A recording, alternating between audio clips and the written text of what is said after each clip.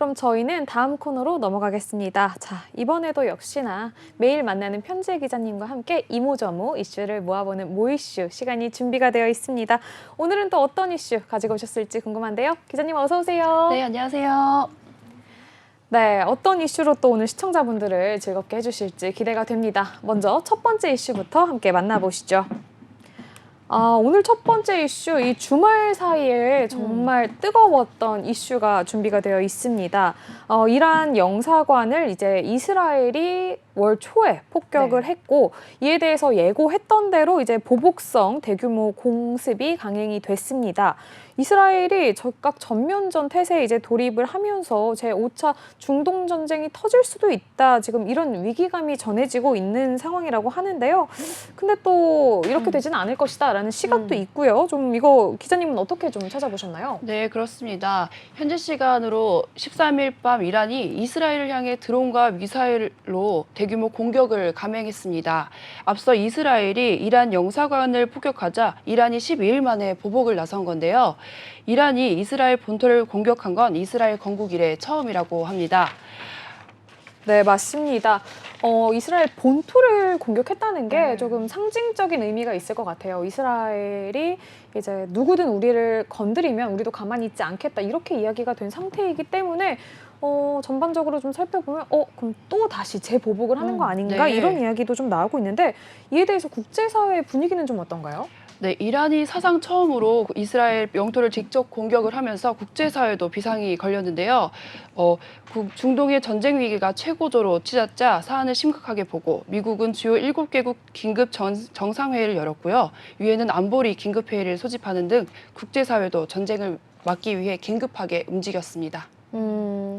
맞습니다. 이게 좀 심각한 문제로 번질 수도 있다. 이런 우려를 지금 전체적으로 하고 있는 것 같습니다. 네. 일단은 이렇게 전쟁이 터질 수도 있다라는 이야기가 나오게 되면 자연스럽게 안전자산인 달러화가 강세를 보이게 되고 반면 이 원화 같은 경우에는 약세를 보일 수밖에 없는 상황이 계속 나오고 있는데요. 이 때문에 지금 원화값 약세가 심각한 상황입니다. 이에 따라서 경제에 미칠 여파도 좀 궁금한데 이거는 어떻게 좀 예상을 해보시나요? 네, 그렇습니다. 미국 연방준비제도의 금리 인하가 예상보다 늦어질 거라는 관측이 나오고 있습니다. 중동 상황이 악화될 경우 달러당 원화값이 1,400원대로 오를 것이라는 전망도 나오고 있는 상황입니다. 또 정유 국제 유가가 예의주시하고 있는데요. 이란의 이스라엘 보복 공습에 따른 중동 긴장으로 세계 금융시장과 선물시장이 신속하게 반응했습니다.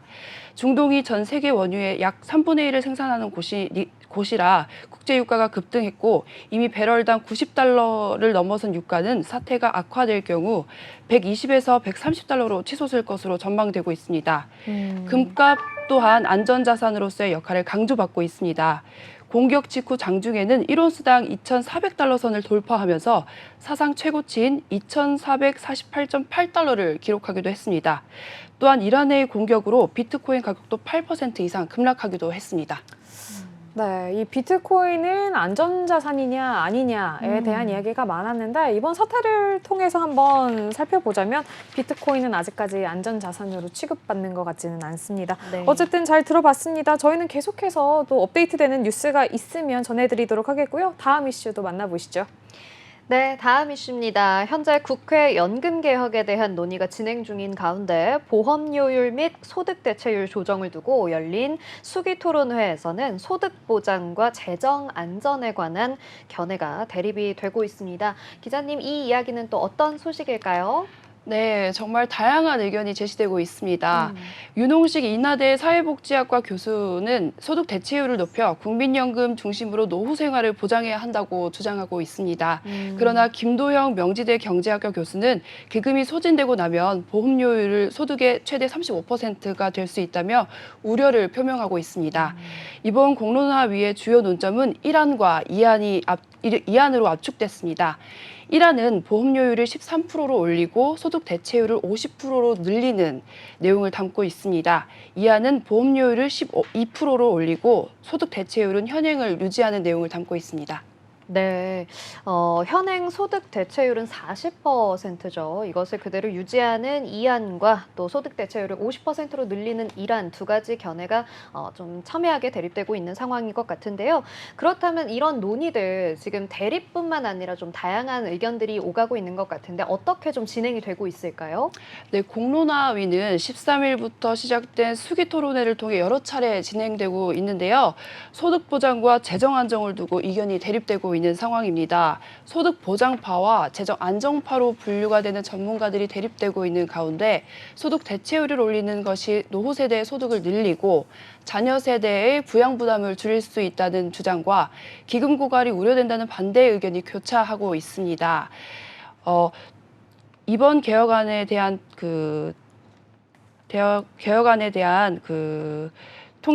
토론회는 21일까지 3번 더 열린다고 하고요. 네. 이후 시민대표단의 설문조사를 통해서 의견을 모은 다음 국회에서 시민들이 낸 결론을 바탕으로 21대 국회가 끝나는 다음 달 말 전에 연금개혁안을 입법화하겠다는 방침이라고 합니다. 한편 통계청 발표에 따르면 2030 세대 75%가 국민연금에 대한 불신이 좀 나타나고 표현하고 있습니다. 네. 인구 감소와 기금 고갈의 우려 등에 대한 이유에서인데요. 2030 세대들은 혹시 자기가 낸 국민연금이 나중에 받지 못하게 될까 봐 대한 이유에서라고 합니다. 네. 네, 결국 이 이란과 이안 두 가지 모두 국민연금의 의무 가입을 상한 연령을 59세에서 64세까지 연장하는 내용이 포함이 되어 있다고 하는데요.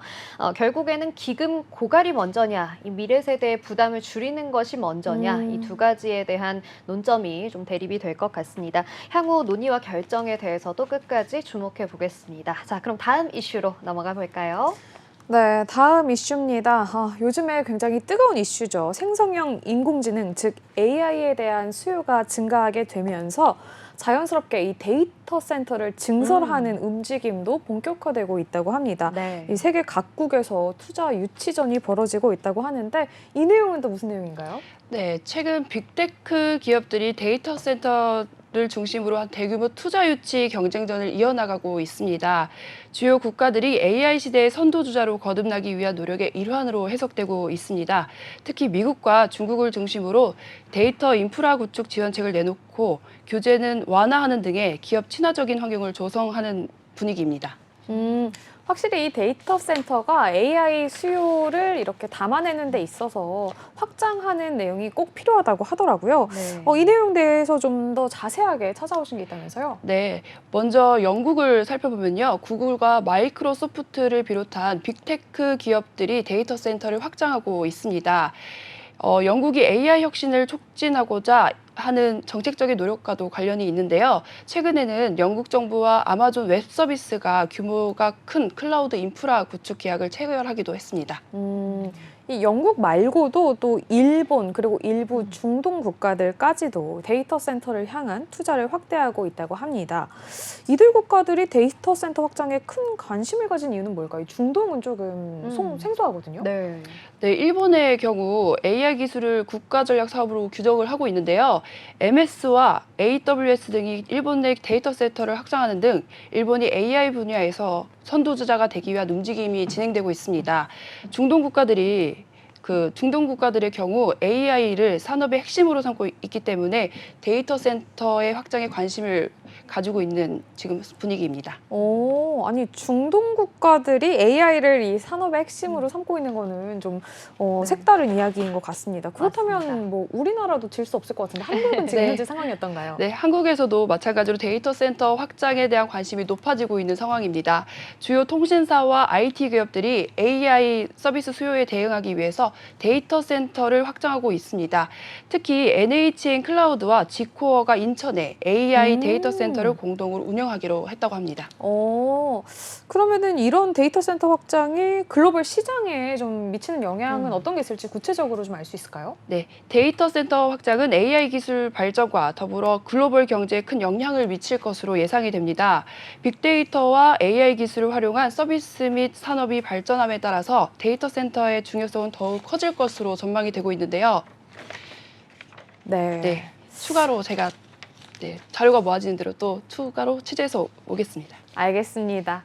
AI 관련된 이런 소재들은 정말 네. 요즘 들어서 끊이지 않게 그렇죠. 뉴스가 계속해서 나오고 있는 것 같습니다. 네. 아무래도 이런 데이터 센터의 확장이 뭐 단순한 빅테크 기업들의 뭐 먹거리 싸움뿐만이 아니라 정말 앞으로 있어서 AI 기술 경쟁에 있어서 그 중심에 위치하고 있다는 거 저희도 잘 체크가 됐으니까요. 계속해서 새로운 뉴스가 등장을 하면 또 가지고 오도록 하겠습니다.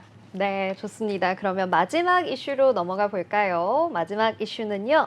빵플레이션이라는 새로운 단어가 함께하고 있습니다.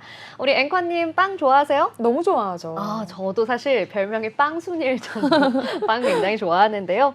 2000년대 중순쯤이었을까요? 지하철역에서 정말 많이 보였었습니다. 그런데 한동안 좀 사라졌었어요. 맞습니다. 그런데 네. 최근에 다시 좀 많이 보이고 있습니다. 바로 1,000원 빵집입니다. 불황을 타고 급증하고 있는데요. 이 짜장면 한 그릇에 7,000원, 김밥 한 줄에 3,000원짜리도 요즘 잘 없더라고요. 4,000원 정도 네. 해요, 그죠? 이렇게 물가가 솟고 있는데 1,000원짜리 빵이라니 말만 들어도 정겹습니다. 기자님, 우리 1,000원 빵집에 대해서 취재해 오셨다고요? 네, 저도 오고 가며 참 반갑더라고요. 네. 그러면서도 사장님은 남으실까 어. 하면서 걱정도 했습니다.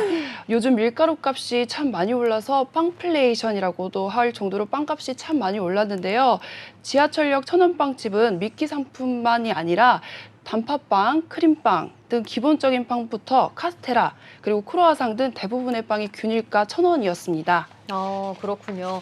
저도 사실 이 출퇴근하면서 우리 마주치잖아요. 맞아요. 네. 지하철역 앞에 있더라고요. 맞아요. 그 지날 때마다 저거를 하나 사갈까 말까 고민을 하게 되는 고민하셨구나. 네, 항상 그 유혹을 받게 되는 곳이긴 한데 사실 굉장히 저렴한 가격이기 때문에 기자님 말씀하셨던 것처럼 어떻게 그 가격이 가능할까 맞아요. 궁금했거든요. 어떻게 그 가격이 나올 수 있는 건가요? 네, 아무래도 원재료 등 품질에서는 약간의 차이가 있을 수는 있었습니다. 베이커리 전문 브랜드들은 맛을 개선하기 위해서 프랑스산 밀가루나 버터, 게랑드산 소금 등 그 고품질의 원재료를 사용하지만 1,000원 빵의 경우 원가 절감을 위해서 버터 대신 마가린을, 동물성 크림 대신 식물성 크림을 사용하는 경우가 대부분이었습니다.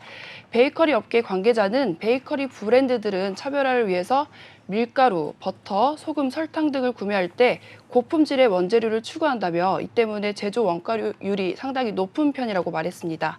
또 운영 방식의 차이도 있었는데요. 가맹점을 운영하는 프랜차이즈 베이커리와 편의점의 경우 본사는 물론 가맹점의 수익까지 보장해야 하기 때문에 베이커리 전문점은 양산빵은 물론 매장에서 직접 굽는 빵을 함께 판매하는 만큼 제빵사의 인건비와 매장 임대료 등 제반 비용이 추가되기 때문에 가격이 높을 수밖에 없다고 하네요. 그렇군요. 다양한 이유들이 있겠지만 또 결국에는 이 원재료와 인건비와 같은 추가적인 가격 상승의 이유들이 있는 것 같습니다. 그렇다면 우리 소비자분들은 이런 저렴한 1,000원 빵에 대해서 어떻게 좀 반응을 보이고 있나요? 네, 소비자들은 고물가 시대에 저렴한 가격과 다양한 빵을 즐길 수 있어서 만족하고 있는 것으로 보입니다. 특히 외식 물가가 너무나도 올라서 밥 한 끼를 채울 수 있는 선택지로 이 빵집을 활용하는 경우가 있다고 합니다. 네, 그렇군요. 사실 오늘은 꼭 사봐야겠다. 저도요. 라는, 다짐을 하게 된 것 같습니다. 자, 이렇게 또 1,000원 빵집에 대한 새로운 시선까지 주셨습니다. 기자님 고맙습니다. 감사합니다. 네, 감사합니다.